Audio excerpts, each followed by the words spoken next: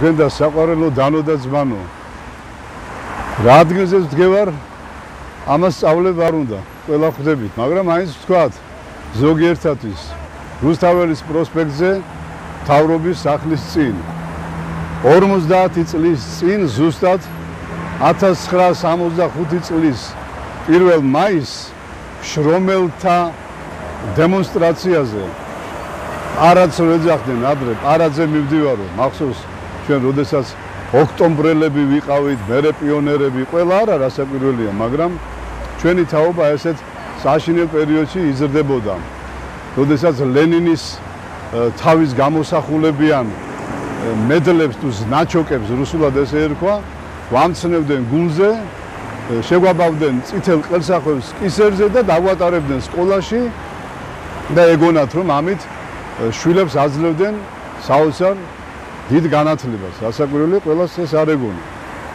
მოკლედ 50 წლის წინ ჩვენმა დიდმა წმინდანმა ღირსმა მამა გაბრიელმა, რომელიც იმჟამად ხაშვეთის ტაძარში მსახურებდა, დაინახეს რა მრევლმა და მოძღვარმა, რომ დიდი ურჯულობა ხდება რუსთაველის პროსპექტზე, რომ 1 მაისს ესე იგი ამოსული არიან ქართველები და კერპს სცემენ თაყვანს ფაქტიურად და ურას და დიდებას ეძახიან ლენინის მიმართ. ესე გამოდიოდა ფაქტიურად, ის იყო მთავარი კერპი და მისი სურათი.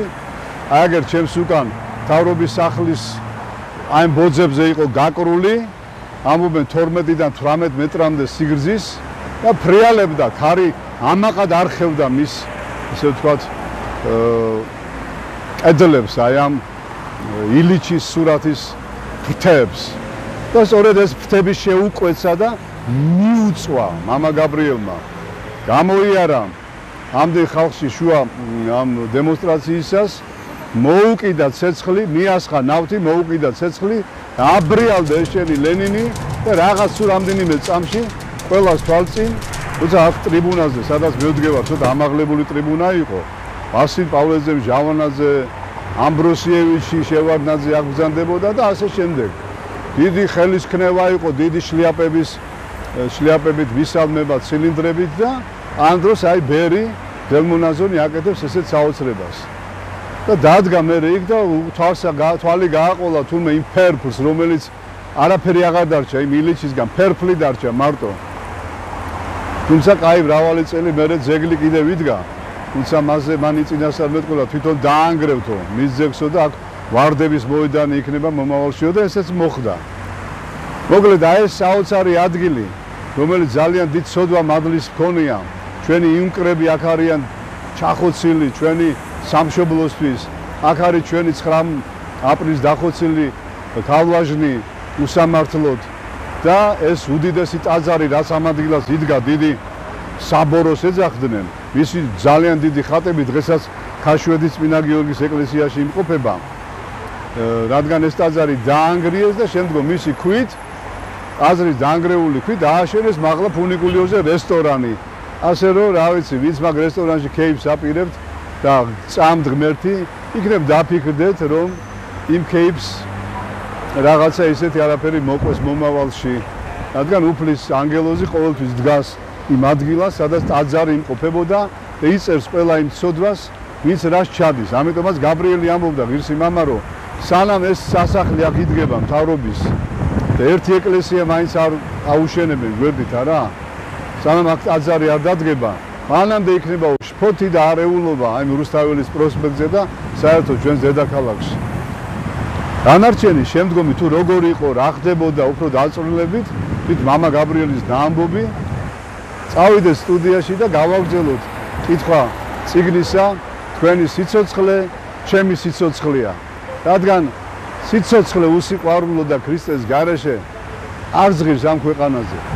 ჩვენი უფლის სიყვარულით გვეცხოვროთ, ჩემო ქართველო ერო, და დამდგარი იყოს ისეთი დრო და ჟამი, რომ ქართველი მეფე წყოლოდეს საქართველოს, რომელიც ყველაფერს თავის ადგილს მიუჩენს, ტაძრის ადგილას ტაძარს ააშენებს, დანგრევებს გულისხმობ და ყველგან აღადგენს მართლმადიდებლურ სარწმუნოებას, ამოუდგება მხარში ჩვენს უწმიდეს და უნეტარეს სრულიად საქართველოს კათოლიკოს პატრიარქს ილია მეორეს და აფხაზეთსაც დავიბრუნებთ, სამაჩაბლოსაც დავიბრუნებთ და მსოფლიოს მრავალი ქვეყნებიდან იქით შეგვეხვერწებიან, ოღონ შემოგვიშვით თქვენს ქვეყანაში ამ წალკოჩი დამედემშიო, იქნებ ჩვენი სულების ვიცხონო და მათ გადავრჩეთო. მადლობა ჩემო საყვარელო მეგობრებო და მამა გაბრიელის იმ დიდი თავგანწირის, რაც მან ამ ადგილას გააკეთა, იმ დიდი უშიშრობით და ქრისტეს სიყვარულით, რასაც მთელი რუსეთის ტერიტორიაზეც ვერავინ ბედავდა ლენინის წინააღმდეგ რამე გაეფიქრა, ეჩურჩულა ან რაღაცა გაეკეთებინა, მან შუა დემონსტრაციისას დაწვა ლენინის სურათი და მერე ქადაგებდა, რომ ამ ყდარს კი არ უნდაო დიდებაო, დიდება ერთადერთ ჭეშმარიტ ღმერთს უფალ იესო ქრისტეს უნდა მივცეთო. და გამოიძახეს მერვე პოლკი, KGB უშიშროება და ძალიან მშვიდად, წყნარად ყოველგვარი ძალადობის, ყოველგვარი ძალის ხმების გარეშე და იმის გარეშე რომ არ გაუწია წინამდებობა, ჩაუჯდა მანქანაში და წაყვა. რაც მერე მოხდა, ამის შესახებ ჩვენ ახლა წიგნიდან მოგითხრით. მადლობა.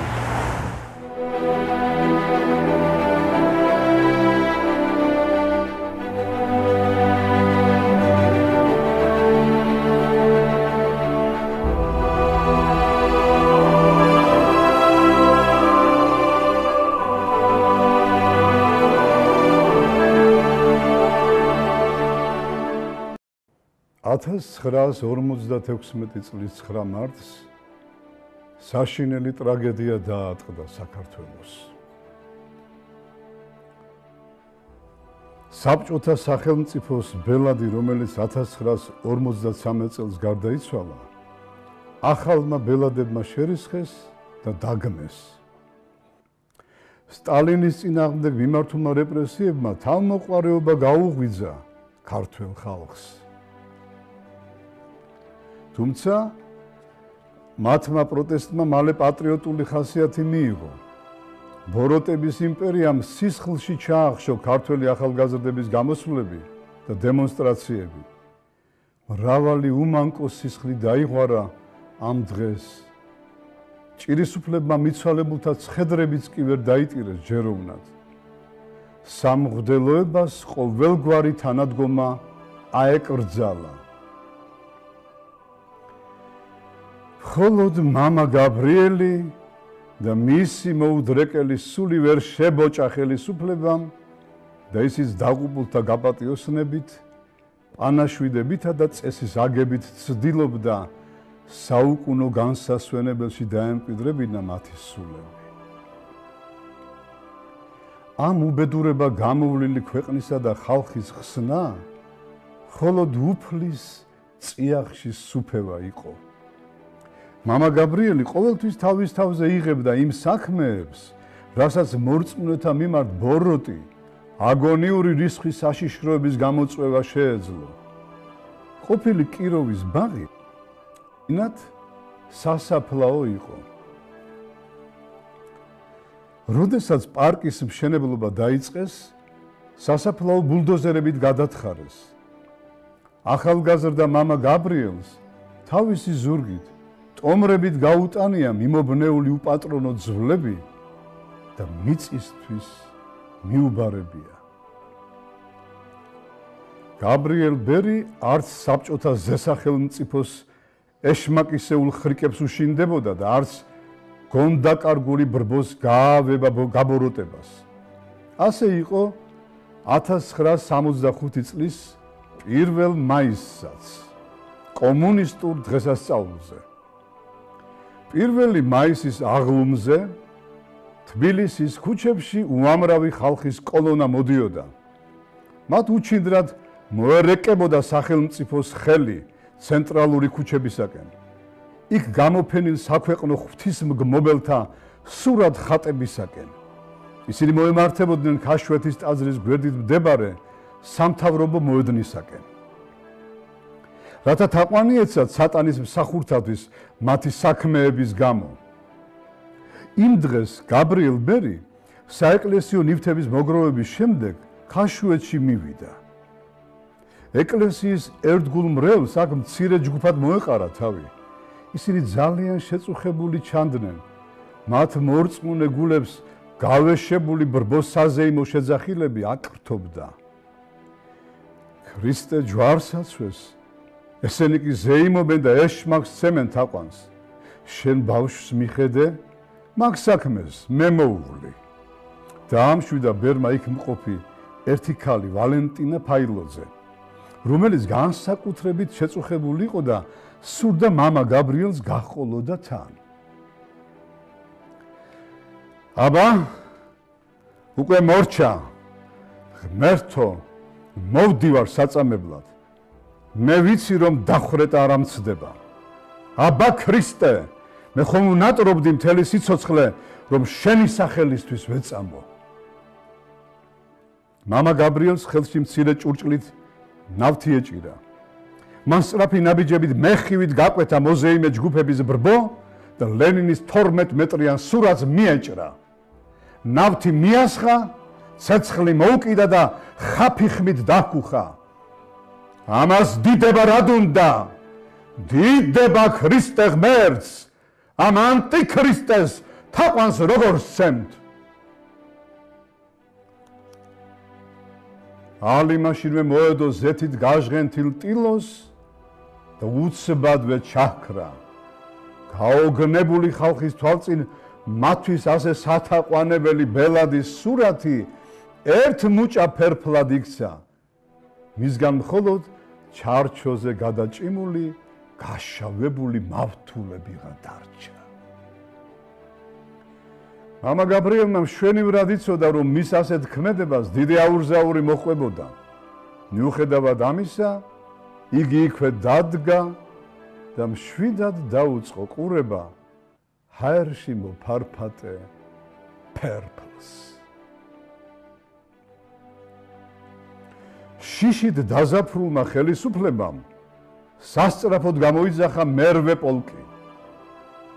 ჯარისკაცები ჯავშნიანი მანქანით მიუახლოვდნენ უძრავად მდგარ გაბრიელ ბერს. იგი ყველას გასაკვირად მშვიდად ჩაჯდა მანქანაში. ვერავინ გაბედა შეხება. თვითონვე გაჰყვა მათ სიმშვიდით აღსებული. რამე თუ იტყოდა, უფალი არს მწე ჩემ და არა შემეშინოს, რაიმ იყოს მე კაცმა. უფალი არს მწე ჩემ და მე ვიხილნე მტერნი ჩემნი. ფსალმუნი 117 თავი. გაბრიელ ბერის მონათხრობიდან.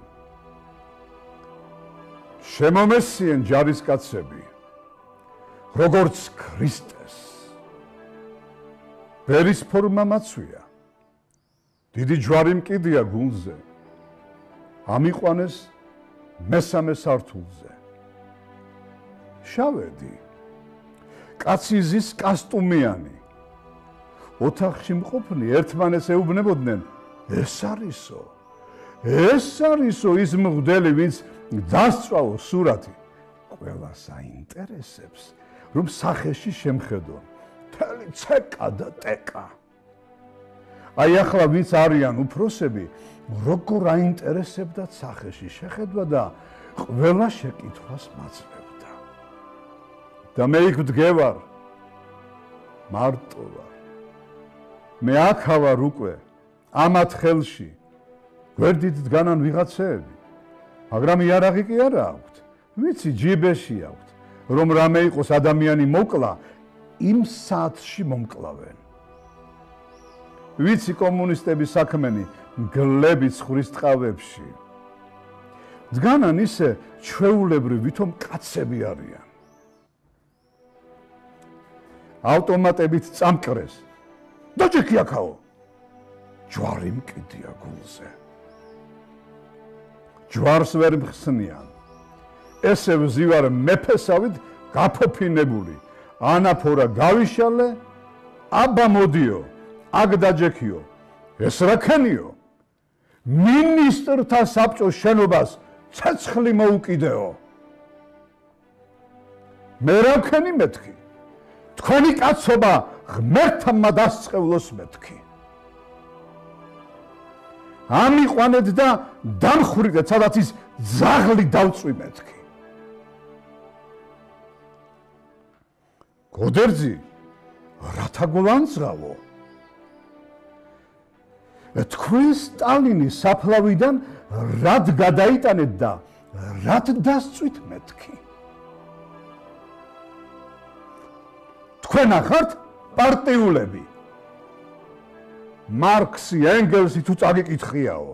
მარქსი, ენგელსი მეთქი. შენ ეს რა გავაკეთეო? მთელი მოსკოვი რეკავსო. ცეკაში დაგვიბარე შენი გულისთვის თელ ცეკას ახსნიანო. შენ იცი რომ დახრე და გაქო. ჩამეცინა. პირჯვარი გადავიწერე და ვთქვი დიდ ხარ შენ ქრისტე ღმერთო და საკვირველ არიან საქმენი შენი და ვერ ვინ შემძლებელავს მადლის მიცემად საკვირველებათა შენთა.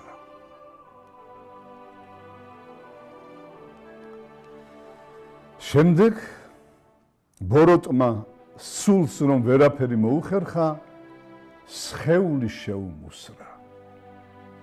რომ არა ღვთის განგება იმდენ ტანჯვა წამებასა და თავში წიხლების ცემას ვერ აიტანდა, მას ყბა და 17 ძვალი გაუტეხეს. მაგრამ არ მოწყდა მისი უდრეკი სული. მამა გაბრიელი მაშინვე უშიშროების იზოლატორში წაიყვანეს და ნაგვემნაცემი პირდაპირ სიკვდილ მისჯილთა საკანში ჩაკეტეს. საზარელი ჯოჯოხეთური დაწესებულება ჰქონდა მოწყობილი კომუნისტურ ხელისუფლებას უშიშროების იზოლატორში. იქ არც ადამიანთა წამებას ერიდებოდნენ, არც მათ მკვლელობასა და განადგურებას. მიწისქვეშა უსარკმლო საკანში ნიავიც არ იძვროდა. აქ ბრავლად იყო ვირთხა თუ სხვა უწმინდური მკბენარი და ქვეწარმავალი. ირგვლივ საშინელი სიბინძურე სუფევდა. დაობებულ პურის ნატეხსა და წყალს აწვდიდნენ მამა გაბრიელს. არავით არ ხერხს არ ერიდებოდნენ, რომ მასზე ზემოქმედება მოეხდინათ. რათა გაღიზიანებულიყო, წონასწორობა დაეკარგა და შიშით დაზაფრული მათ დამორჩილებოდა. მიყვანის პირველი დღიდანვე დაიწყო დაუსრულებელი ფსიქოლოგიური ზეწოლა.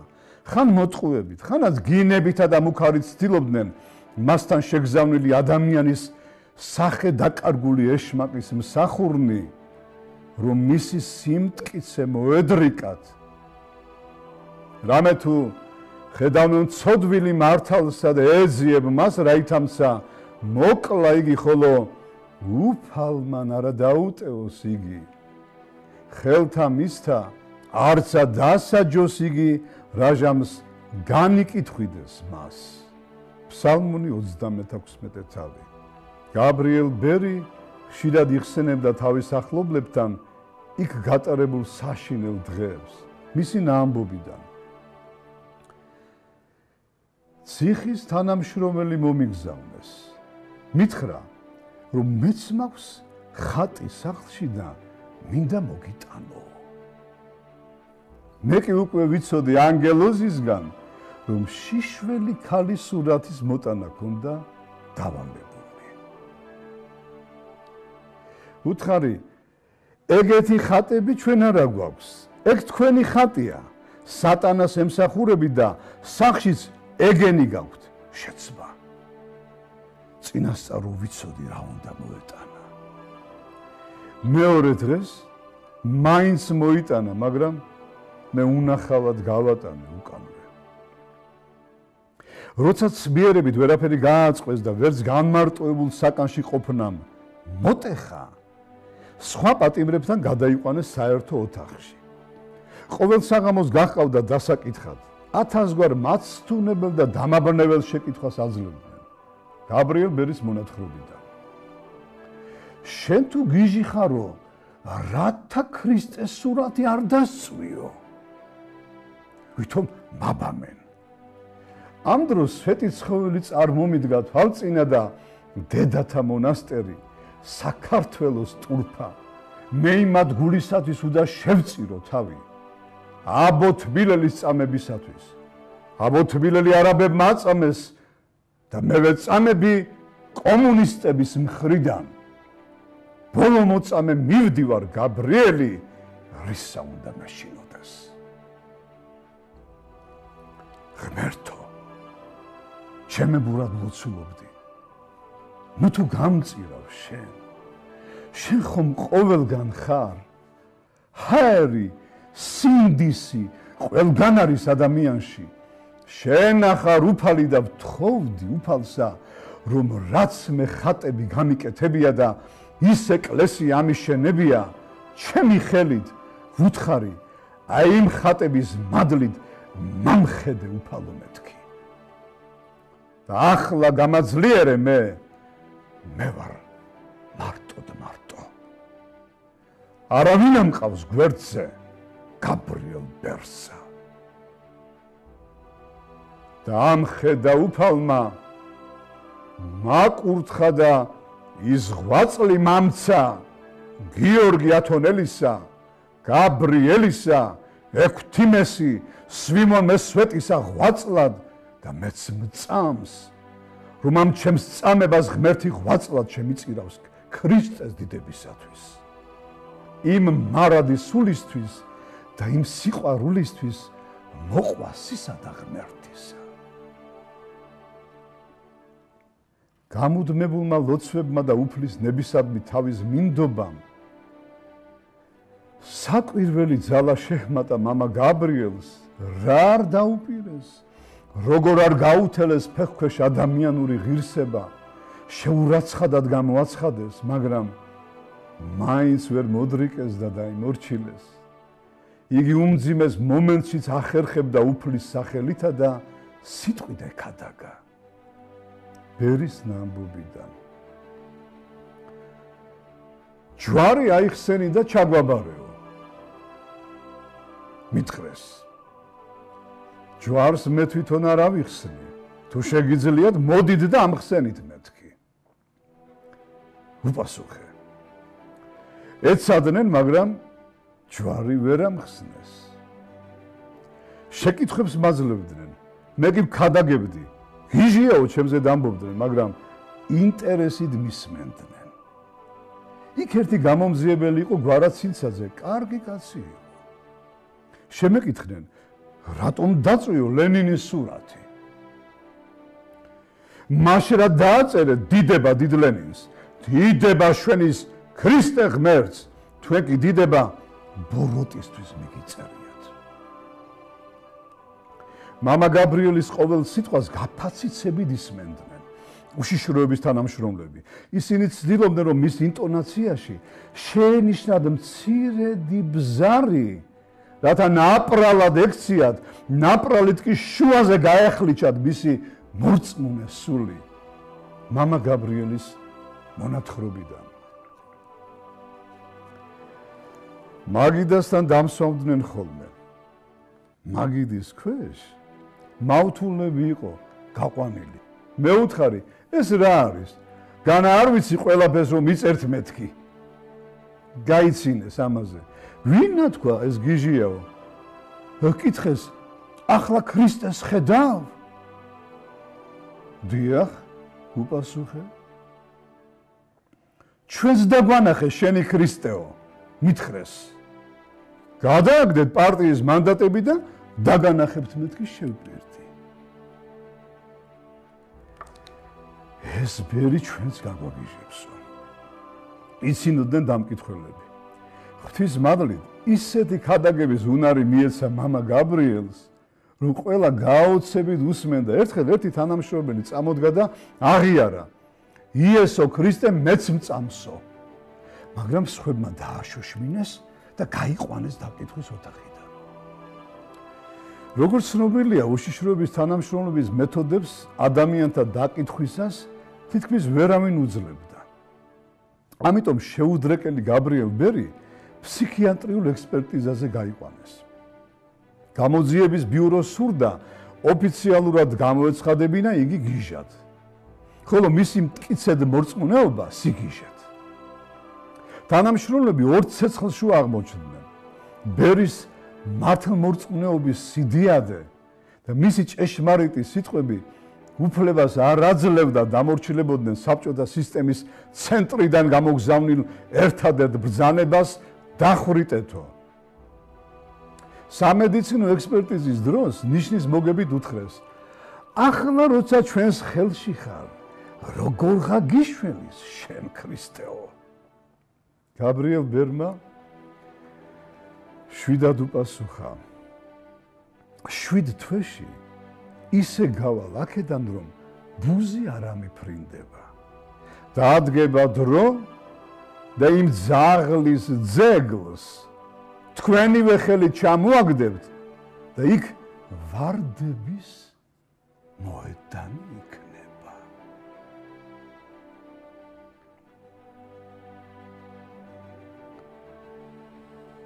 ეს წინასწარმეტყველება მას უფლის ანგელოზის მიერ ეუწყა ნუგეშად.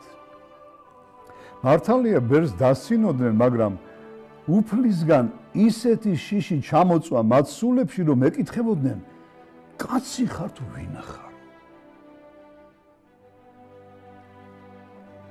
მამა გაბრიელი მაღალ ჩინოსნებსაც ამხილებდა ჭეშმარიტების უარყოფისა და ბოროტების სამსახურისათვის და ეუბნებოდა მათ.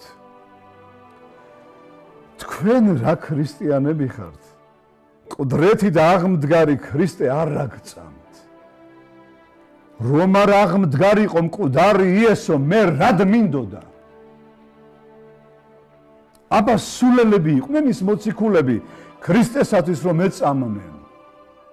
თქვენი ლენინი კი წევს ძაღლივით, მკვდარი ვის რად უნდა? და მე აქ იმიტომ მოვხვდი, რომ აქაც იყო გადასარჩენი სულები და ღვთისნებით აქაც უნდა მექადაგა. შეცბუნებული ჩინოვნიკები გაბრიელ ბერს პატიებას თხოვდნენ და მალულად უთვლიდნენ, ჩვენგან ხომ არაფერი გეწყინაო.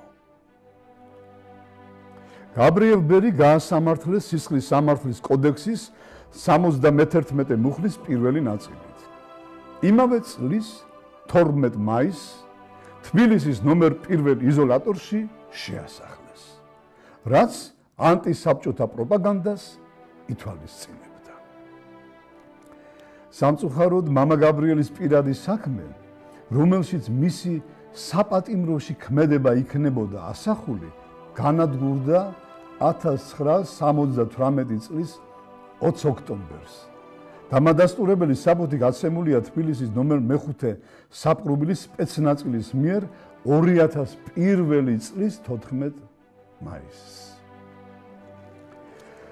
კარცერიდან გადაყვანილ ბერს თანამოსაკნეები თავდაპირველად ცუდად ეპყრობოდნენ. ცდილობდნენ პატიმართა იქ გაბატონებული წესრიგისთვის დაემორჩილებინათ. ერთ-ერთმა ხელის შეხებაც კი სცადა, მაგრამ მამა გაბრიელი ფეხზე დადგა და ლოცვა დაიწყო. როცა ჯვარი გამოისახა, ბოროტის მზრახველნი დიდმა შიშმა შეიპყრო, ყველანი მუხლებზე დაეცნენ და პატიებას თხოვეს მას. სარწმუნოებრივი სათნოებით აღჭურვილი გაბრიელ ბერი პატიმრებს მაგალითს აძლევდა თუ როგორ უნდა მოქცეოდნენ ერთმანეთს ბერის მონათხრობიდან. დილით ადრე ვდგებოდი. იატაკს გამოვგვიდი, ტუალეტის ვედრო სათლი გამქონდა, შემდეგ სველტილოს მოვიტანდი და წმენდდი, არაფერს თაკილობდი. ქურდები გაკვირვებული მიყურებდნენ. ცოცხის ტარისგან ჯვარი გავაკეთე. იმაზე ვლოცულობდი და თან პატიმრებთან ვქადაგებდი. მალე ერთად დავიწყეთ ლოცვა. საქმე ყველამ თანაბრად გაინაწილა. იატაკის ტილოს რომ ავიღებდი, ქურდები ხელიდან ტაცებდნენ. ყველაფერს ჩვენ გავაკეთებთ, შენ მხოლოდ გველაპარაკეო. ჩემი გარდაცვლილი ძმა კანონიერი ქურდი იყო, ვიღაცა მიცნო, ეს ორთავა ძმა არისო. პატიმრები სიხარულისგან კინაღამ გაგიჟდნენ. ღვთისაგან ისეთი დიდი სიყვარული ჩამოწვა, რომ პატიმრები იძახდნენ, ჩვენთან ისეთი კაცი ზის, გარეთ გასვლა აღარ გვინდა. მამა გაბრიელის ბოროტმოქმედა ჩერაცხული ძმა ავადმყოფობით გარდაიცვალა სულ მცირე ხნით ადრე, სანამ გაბრიელ ბერს დააკავებდნენ. მალე მამა გაბრიელი საპატიმროდან ფსიქიატრიულ საავადმყოფოში გადაიყვანეს, სადაც საშინელი სისასტიკე სუფევდა. საავადმყოფოს ხელმძღვანელი და ექიმი ფსიქიატრები ცდილობდნენ პირნათლად შეესრულებინათ ძლიერ თამა ქვეყნისათა ბრძანებები. ისინი არ ერიდებოდნენ ადამიანთა ტანჯვა-წამებას. მრავალი ადამიანის სიცოცხლე შეიწირა მათმა ხელმა. მრავალმაც ნაცვლად სულიერი გამრთელებისა, უყურადღებობასა და დაცინვაში დაალია სული. გაბრიელ ბერი იხსენებდა, ავადმყოფები ხშირად მტაცებდნენ პურს და თითქმის მშიერი ვრჩებოდი. წვერის გაპარსვა უნდოდათ ჩემთვის, მაგრამ ვერ შემეხნენ წვერზე. უფალმა ხელი გაუშეშა მათ და შეშინდნენ. ავადმყოფებს ერთმანეთს აცემინებდნენ, მე კი ვერ მეხებოდნენ. უფალი მიცავდა. იქ ყველას ნემსებს უკეთებდნენ. მე ვაკვირდებოდი, რომ ნემსი ყველას არ სჭირდებოდა. ზოგს კვეთებულის ლოცვა გაანკურნავდა. წამლებსაც გვაძლევდნენ და ექიმის თვალწინ უნდა დაგველია. წამალს რომ ხელის გულზე დაგვიდებდნენ, თავისით ქრებოდა. გაკვირვებული მიყურებდნენ. თუ რაიმეს ძალით შეგვაჭმევდნენ, ცოტა ხნის შემდეგ გულს ვირევდი, რომ არ ემოქმედა. ექიმები მეუბნებოდნენ, გაბრიელ, შენი ნახევრად გვეშინია და ნახევრად გვიყვარხარო. გაბრიელ ბერის შემყურე ავადმყოფები დილას მამაო ჩვენოთი იწყებდნენ. ერთხელ როცა ჩვეული იუმორითა და სარკაზმით ყვებოდა საავადმყოფოს ამბებს, უნებურად გაეცინათ. ახედა მათ ბერმა და ჩაილაპარაკა. იცით რა მწარე იყო, მოსაგონებლადაც კი ძალიან მძიმე. მამა გაბრიელი თავისებური იუმორით იტყოდა ხოლმე. ვირს პიტნა ეჯავრებოდა და მაინც ცხვირში ტენიდნენო. რაც ყველაზე მეტად მეჯავრებოდა და რის გამოც ციხიდან საგიჟეთში გადამიყვანეს, იქ სწორედ იმისი ნომრით გამატარეს. თითქოს წყეული დამცინოდა, ხომ ხედავ, ჩემი მიზეზით უკვე გიჟად იწოდებიო. ამ ამბებს ისე სარკაზმულად მიყვებოდა, თითქოს უშუალო თვითმხილველი ყოფილიყავი. გაბრიელ ბერი ღვთის მადლით გადარჩა და საავადმყოფოდან მშვიდობით გამოვიდა. შიზოფრენიის დიაგნოზით. მას გიჟის საბუთი მისცეს. ქრისტეს ხედავსო.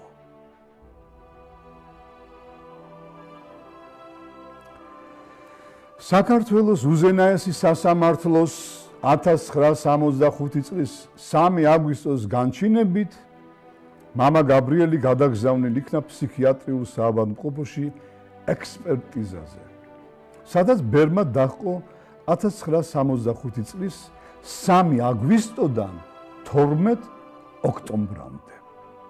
ინტერესმოკლებული არ იქნება გაგაცნოთ ამ მონაწერი მისი ავადმყოფობის ისტორიიდან, რომელიც გაცემულია 1966 წლის 19 იანვარს.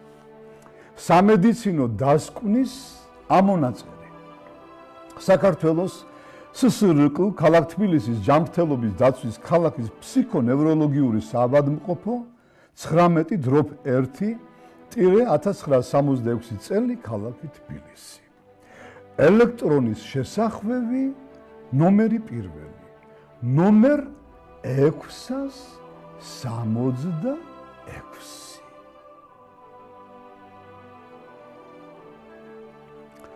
ავადმყოფი ურგებაძე გიორგი ვასილის ძე 6 კლასის განათლებით ცხოვრები თეთრაწყაროს ქუჩა ნომერი 11. ქალაქის ფსიქონევროლოგიურ საავადმყოფოში სტაციონირებულია 18 მერვე 1965 წელი მოყვანილია საპატიმროდან იძულებით კურნალობაზე.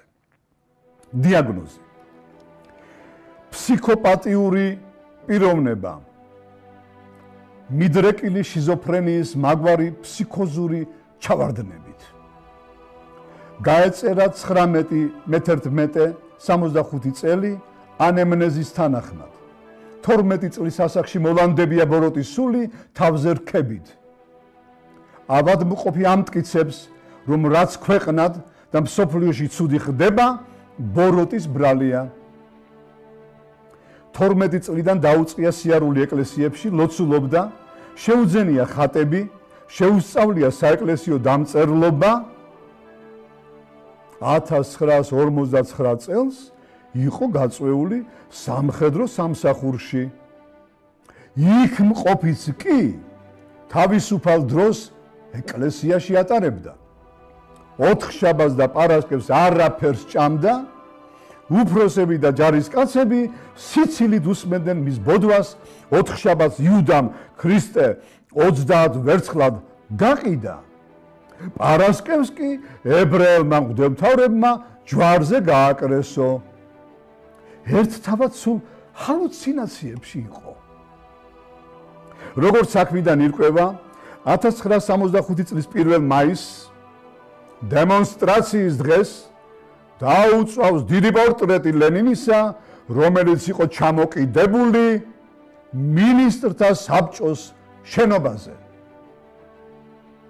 დაკითხვის შემდეგ განუცხადებია, მან ეს ჩაიდინა იმისთვის, რომ იქ უნდა ეკიდოს ქრისტეს ჯვარცმის სურათი. რომ მიწიერი ადამიანის გაღმერთება არ შეიძლებაო. ეჭვი დაებადათ მისი ფსიქიკური ჯანმრთელობის შესახებ, რის გამოც იქნა გამოგზავნილი სასამართლო ფსიქოპატიურ ექსპერტიზაზე, გამოკვლევით დადგინდა. ავადმყოფს ორიენტაცია აქვს არეული ადგილში, გარემოში, დროში.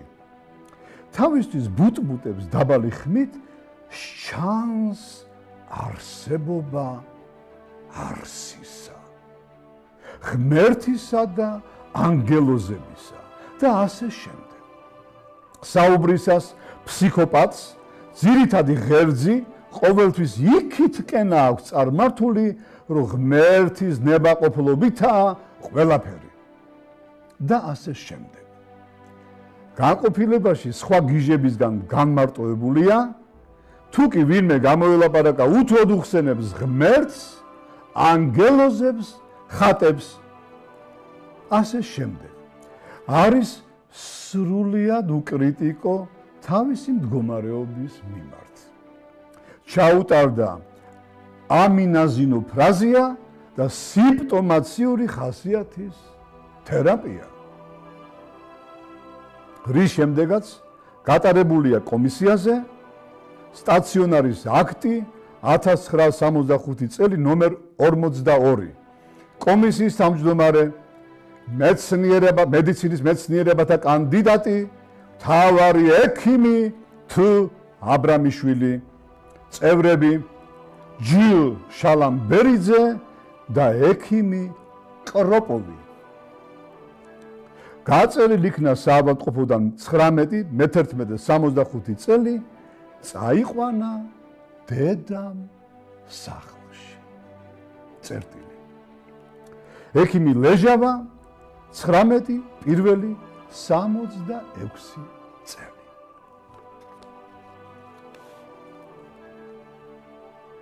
გაბრიელ ბერი ფსიქიატრიული საავადმყოფოდან პირდაპირ სიონის ტაძარში მივიდა. ცოცხალი რომ დაინახეს, ყველა გაუცდა. ღვთის სამადლობელად მამა გაბრიელი თავისი ყრმობის საყვარელ საყდარში წმინდა ბარბარეს ეკლესიაში მივიდა. იქ ეძიებდა შვებას. ხატებისა და ტაძრის დაწმენდა დასუფთავებით ცდილობდა მიევიწყებინა განცდილი ტანჯვა. მალე მძიმე ფიქრებით მოქანცული მოეშვა და იქვე ქვის ფილაქანზე კუთხეში ჩამოჯდა. თვალები მიხუჭა თავის ტკივილებთან მარტო დარჩა.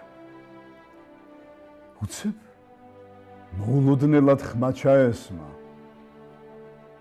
გძინავს გაბრიელ დაიღალე მე ვტირი შენთვის. გაბრიელ ბერის მოგონებიდან სასწრაფოდ ავახილე თვალი, მაგრამ ვერავინ დავინახე. მცირე ხნის ფხიზლობის შემდეგ ისევ წამიღო ძილმა. კვლავ განმეორდა ხმა. გძინავს გაბრიელ დაიღალე მე ვტირი შენთვის. შევკრთი წამოვდექი. ჩემ წინ ჯვარცმა იდგა. მიხვდი მისგან მოდიოდა თანამგრძნობი ხმა. მივედი ორთავე ხელით მივენდე. ხელები მთლიანად იესოს პატიოსანი ცრემლით დამენამა.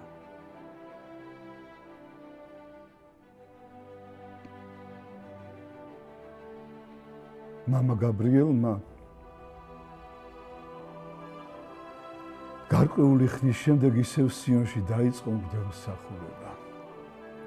უფლის ნებით მრავალი სასწაულით გაბრწყინდა მისი საქმეები და მისი მადლიანი სიტყვა. სული სიღრმემდე რომ სწვდებოდა მსმენელს. ერთხელ მეზობლებმა იგი მიცვალებული წესის ასაგებად წაიყვანეს. ისეთი წვიმა წამოვიდა, რომ გამოსვენება ვეღარ ხერხდებოდა. ირგვლივ ყველაფერი წყლით გაივსო. გამოვიდა მამა გაბრიელი გარეთ, დაიჩოქა და ლოცვა დაიწყო. ამინდი ნელ-ნელა დაწყნარდა, ღრუბლები გაიფანტა, სინათლის სხივები და აღივსო იქაურობოდა ცოტა ხანში, ირგვლივ გუბეც აღარ დარჩა. ამის შემყურე ხალხი პირჯვარს იწერდა და გულის სიღრმეში ადიდებდა უფალს.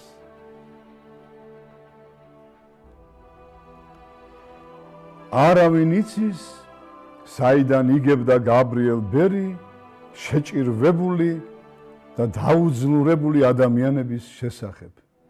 მაგრამ იგი ყოველთვის მათ გვერდით იყო და მუდამ ცდილობდა მათთვის ძიმე ხვედრი შეემსუბუქებინა.